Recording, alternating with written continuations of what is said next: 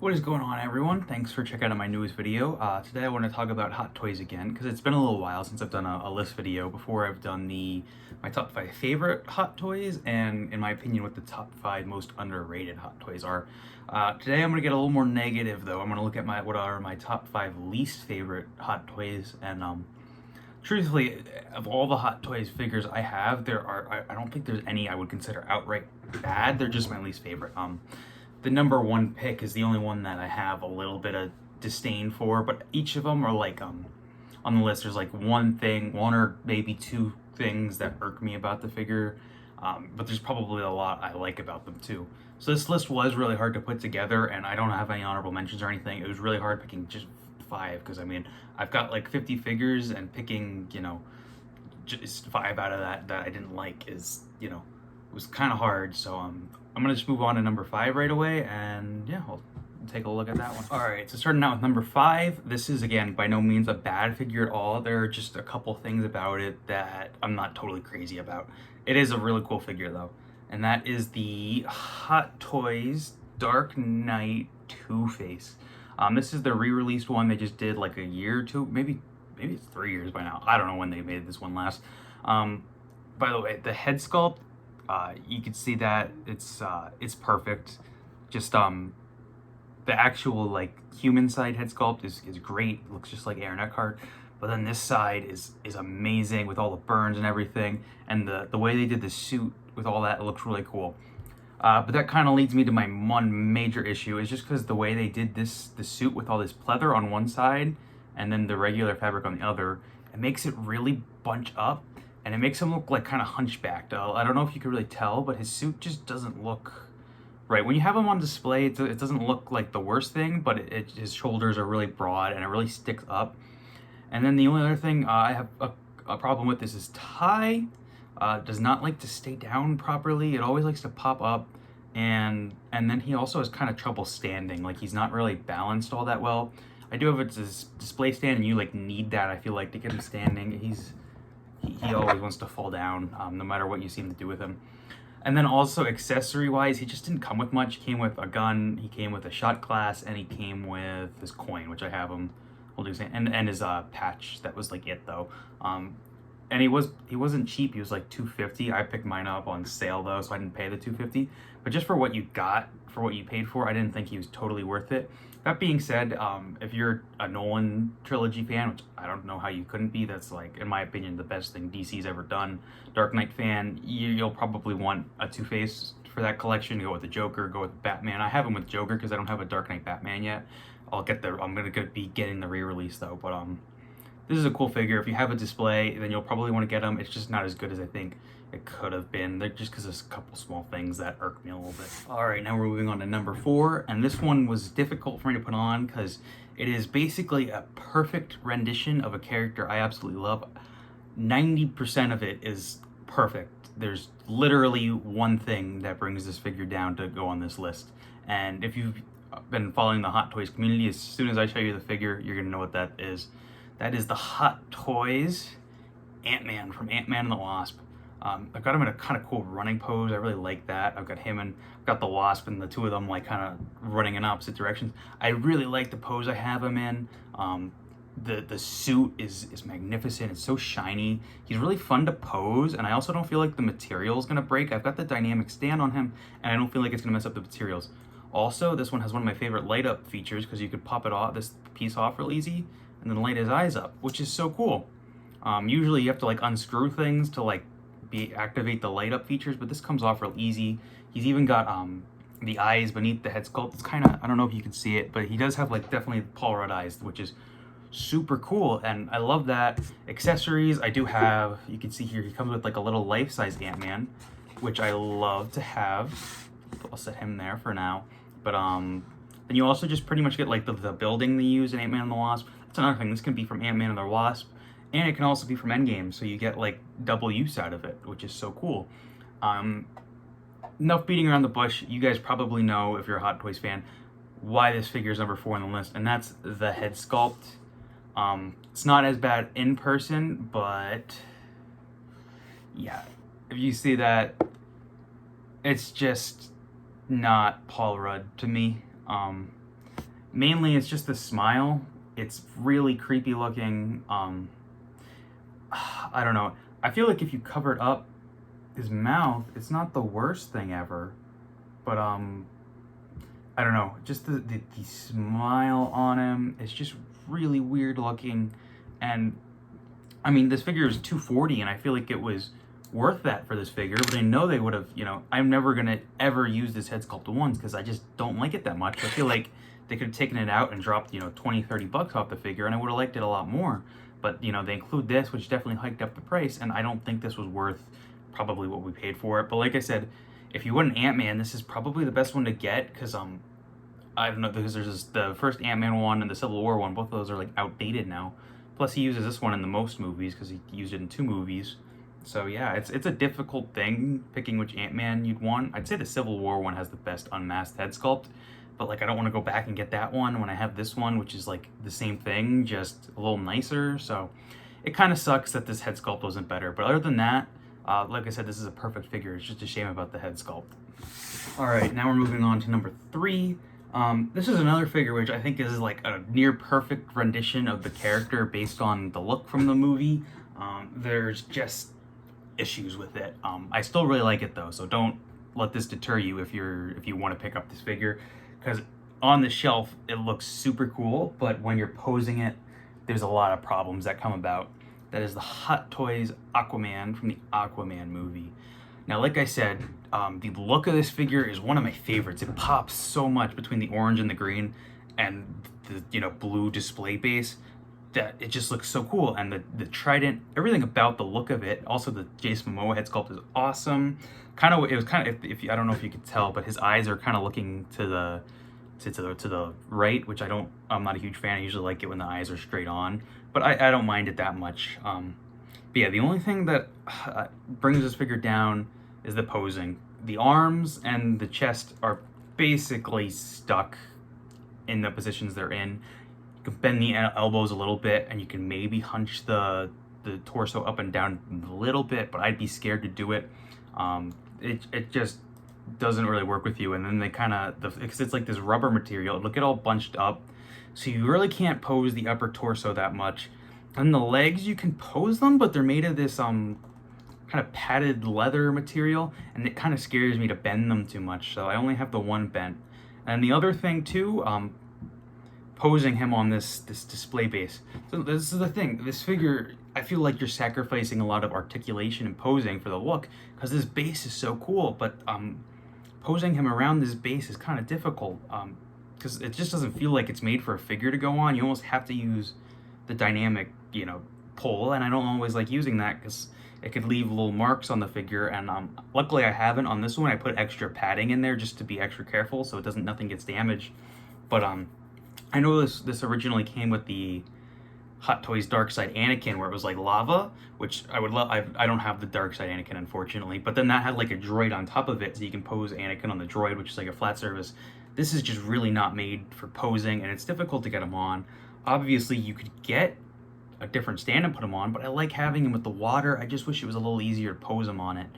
It's just a little difficult all around posing him. That's one of my favorite things about Hot Toys, is being able to pose them and get them in, action poses and what you want to do with them. But this is pretty much the most dynamic pose I could get him in, where he's kind of jumping out of the water a little bit. Still doesn't look great, but pose-wise, but the actual look of the figure, it's perfect. It's better than any statue I've seen of this character. I really do like the Aquaman movie. I really enjoyed it, so I was just glad to have an interpretation of the Jason Momoa's Aquaman. So if that's what you're looking for, I know the Justice League one is really hard to get.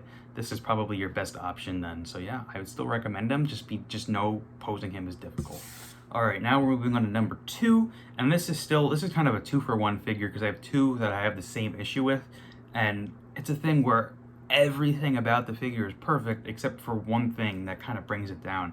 And so I ended up picking the Winter Soldier Black Widow. I also have the Infinity War Black Widow, which has the same problem, and that is the hair. It has rooted hair, which I'm sure if you're in the Hot Toys community, you've heard people complain about a lot. It's basically like Barbie hair, where it's like, you can move it around, and I get the point of it. It just feels weird, like having to fuss around with the hair on, these high-end action figures. And like I get for posing, you know, it helps you get her in dynamic poses, but like I just don't think it looks great. Like the hair never sits. Like I feel like in Winter Soldier, her hair was always right down against her, but it's always gonna poof out a little bit, which I'm not a fan of. The Infinity War one is even more difficult because you know it's kind of supposed to be parted on the one side more than on the other side, so you actually have to like style the figure's hair, which just feels so weird doing, and I don't enjoy it. But I love Black Widow as a character, so I knew I needed to have an interpretation of her.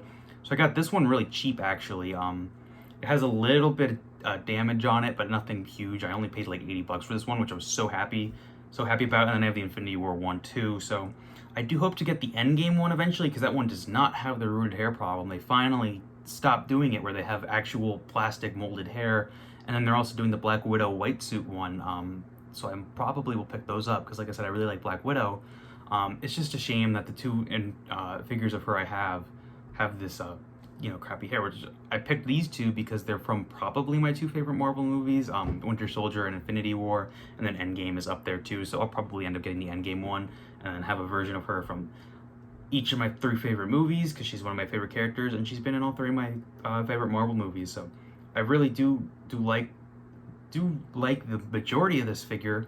The reason I picked the Winter Soldier one instead of the Infinity War one is the Infinity War one has some better accessories and I think a better outfit and a better head sculpt. This one has some things on the head sculpt where it's not dead on Scarlett Johansson. It's better than most, you know, anything that's not a Hot Toys. This just might be one of the worst.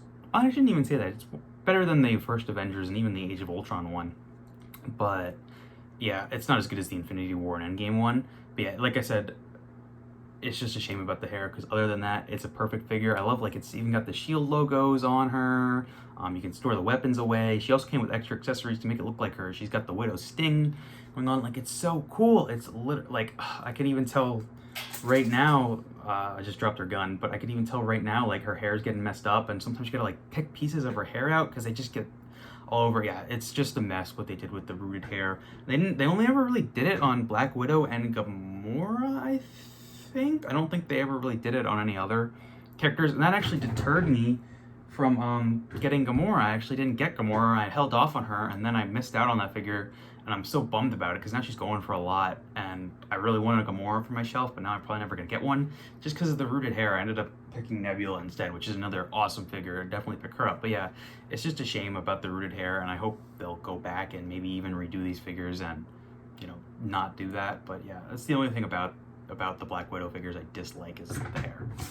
Alright, so finally we're moving on to my number one least favorite Hot Toys figure. It's kind of ironic this is my number one least favorite because I own three of it basically.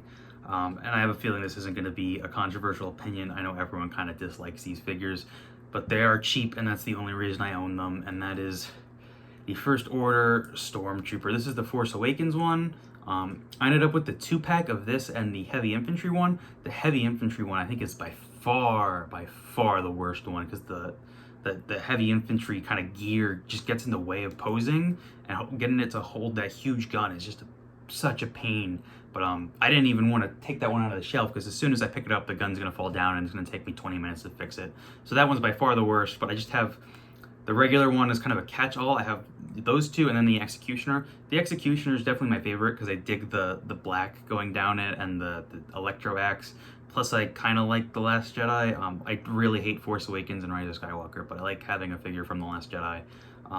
But yeah, it's no secret that I'm not the hugest fan of the sequels, and I know most people aren't, and that's probably why these figures are so cheap. Like, I want to say I paid, for the 2-pack of him and the Heavy Infantry, I paid probably like $150, which is like $75 a figure, and I thought it was worth it, and it took up shelf when I was, you know, just getting into Hot Toys, and I needed shelf space, or I had a lot of open shelf space, and I wanted to fill them up with some cheap figures. They did that, but now I'm running out of space, and now I've got these, you know, shelves taken up by these figures I'm not totally in love with, and it's difficult to sell them because they're not really worth anything because they so overproduced them. Like, there's so many variants of this. So you got this one, then they did then they released this one on its own, then they did the 2-pack with the Heavy Infantry, then they released that on its own, then they did a 2-pack with this and the Commander, and they released the Commander on its own, and then they released a Sergeant, and they released the Jakku variant, and And that's not even counting the Flame Trooper and the Snow Troopers and the Jet Troopers, the Executioner Trooper. They just did so damn many of these things, and like no one really wanted that many, I don't think. And that's not counting the Sith Troopers even. They just did so many of them to where, like, I don't know if you really want to collect an army of these. I guess I kind of have. I've got, 3 of them, but I'm just not in love with them, and I know a lot of people aren't. I should say the main reason I don't like it is the posing is terrible. They did this thing with the joints where this is made of like this black part. Usually on Stormtroopers and on the Clone Troopers, it's made of like a cloth material, so it's easy to pose. It's kind of more accurate to the movies. I guess with the First Order Troopers, the real movie, they were made of this rubber material, and so it's made of this weird rubber material, and like that's like the most you can get his elbow up is just maybe 90 degrees if you're lucky and you push it, but it feels like it's gonna rip, and that's scary when you've got these super nice figures, and I just don't like it for that. And legs, you get like no movement out of. That's just the main reason, and they're just not that exciting. I mean, I like the designs, but I don't think they're as cool as the originals, and certainly not the Clone Troopers. I mean, if you want some cheap Hot Toys to fill up your shelf, you could pick these up for somewhere around the $100 mark, probably, maybe a little more now. I don't know. I haven't followed it totally. I know like some of the other sequel figures, like the Rey and the Kylo, and definitely the Han and the Chewie, have been starting to rise a little bit. I don't think these have, though. You could still probably pick them up for cheap, and they might, like, I think for $70 or whatever, this is worth it. Definitely not the Sideshow prices. The fact that, like, I can't imagine paying over $200 for this. It's just not worth it. I guess hindsight, I feel really bad for people who bought like the 2-pack of them for like $400, and now they're forced to sell it for like $150. That sucks. They just overproduced it so bad, and I think they learned their lesson. Maybe a little too much, because now some of these Stormtroopers are like impossible to find because they underproduce them. Hopefully they find the balance. But yeah, just the First Order Stormtrooper, not a great figure, and they've flooded the market. And yeah, I think a lot of people dislike these. Not the worst figure. Like, it's not a bad figure. Like, there's good things about it, like I've said. But yeah, that's just my opinion. Let me know what your guys' least favorite Hot Toys are. I'm interested to hear what you have to say and if you agree with my choices or not. But yeah, anyways, have a good day, guys.